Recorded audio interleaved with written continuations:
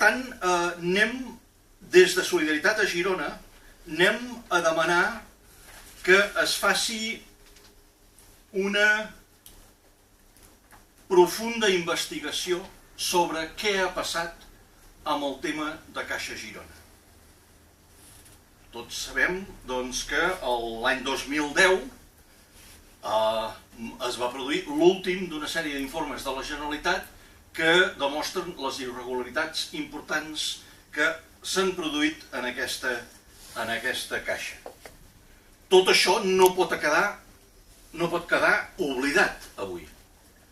No pot ser que el fet de que la Caixa de Girona hagi optat per la seva absorció per la Caixa de Pensions, que això la col·loqui en una cleda que estigui dins de la impunitat i dins del que és una àrea de no interès públic. Perquè pensem que la cua que porta tot el que va passar amb Caixa de Girona és una cua que estem en aquests moments molt atents d'estar-hi a sobre des de Solidaritat. Pensem que les implicacions que allò va portar, la lliçó que es pot treure de la historial de Caixa Girona és una història que no podem superar. Encara que sigui només per exemple, tenir en compte la sort de la Fontana d'Or, per exemple, convertida en una sala d'una característica diferent i d'un èxit social força inferior, i també pensem que és molt important que es faci un exercici d'investigació sobre com es va produir l'escàndol i la desaparició, en definitiva, de l'última època de Caixa de Girona, molt marcada per la ineficàcia. En aquest aspecte pensem que és molt important que aquesta comissió es pugui aprofitar per investigar l'activitat interna d'aquesta entitat financera, per veure si hi ha hagut males pràctiques. I en aquest sentit, voldria dir que fer aquesta petició des de Girona amb Caixa Girona té un cert paral·lelisme amb exercicis semblants portats a terme per altres partits en altres territoris, com pot ser Tarragona. Ja sé que les característiques de Caixa Tarragona són diferents i el destí que ha tingut Caixa Tarragona és diferent, però pensem que les operacions que hi ha hagut de demanda d'investigació a Tarragona respecte a Caixa Tarragona no poden quedar orfes d'un interès polític i una demanda d'investigació aquí a Girona en una situació molt semblant.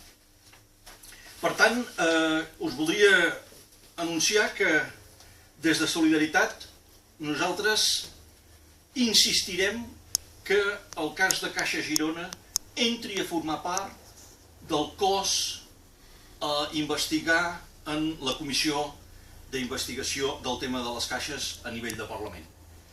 Encara que ens hi quedem sols fent-ho, pensem que és el nostre deure i és un deure envers la ciutadania de Girona, la qual s'ha quedat totalment orfe d'explicacions. Se'ns va explicar l'any 2010 que hi havien hagut greus irregularitats, es van fer una sèrie d'informes al llarg dels anys de la mateixa Generalitat que demostren que Caixa Girona va tenir una direcció i una gestió força deficient. Simplement se'ns va dir que no havia arribat al grau de delicte, però pensem que no estem a la societat de Girona per passar pàgina amb aquest tema. Hi ha hagut unes pràctiques molt irregulars i penso que el fet que hagi estat la principal caixa, la totpoderosa Caixa de Pensions, la que hagi estat la destinatària de Caixa de Girona, no ha de servir ni de pretext ni d'excusa, malgrat la gran força i el gran lobby que té per defensar els seus interessos polítics la Caixa, no ha de servir com a pretext per no estudiar-ho.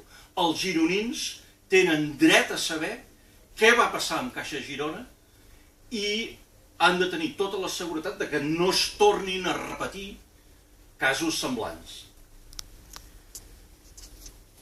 Quins són el tipus de situació que es van donar a Caixa Girona que nosaltres pensem que han de ser objecte de l'escrutini i de la investigació d'una comissió en el Parlament de Catalunya? No voldria entrar en detalls ni donaré el nom de ningú, però de tots és sabut doncs, el fet de que determinats directius de Caixa Girona van tenir accés a crèdits multimilionaris d'una manera absolutament irregular. Alguns directius de Caixa Girona estaven al descobert en els seus deutes amb Caixa Girona d'una manera perllongada en el temps i no se'ns ha donat cap tipus d'explicació.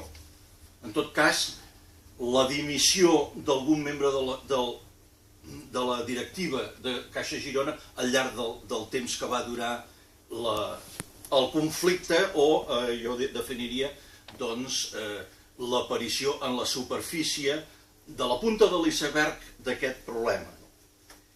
També sabem que, i això va en contra de la pròpia normativa de la Caixa Girona, del fet de l'autoprovisionament que es va fer a diversos directius de Caixa Girona, eren proveïdors de la pròpia casa. En alguns elements això pot ser en quantitats anecdòtiques, però pensem que això no pot ser passat per alt i que, en tot cas, el Parlament de Catalunya ha d'aixecar actes d'aquest tipus de conductes, les quals no poden quedar condonades. També sabem, el cas del director de la mateixa Caixa de Girona, que tant en el cas de la Fundació com en la mateixa Caixa, tot el tema de les obres d'art, que eren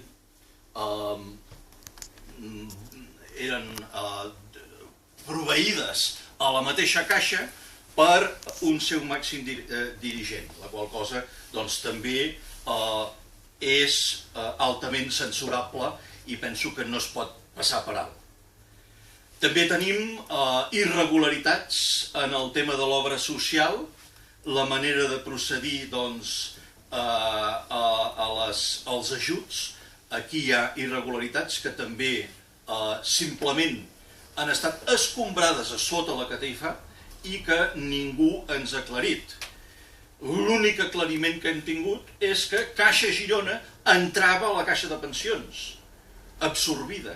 Però això no és prou. Ara és el moment de fer una reflexió davant d'una societat civil perplexa, davant d'una societat civil que, d'acord, potser no ha patit la pitjor de les situacions, perquè la Caixa de Girona, en tot cas, ha trobat, des del punt de vista de l'anàlisi capitalista, ha sortit endavant, ha trobat una fórmula segurament més galdosa que no pas la Caixa de Tarragona, per exemple, per donar continuïtat en els seus clients.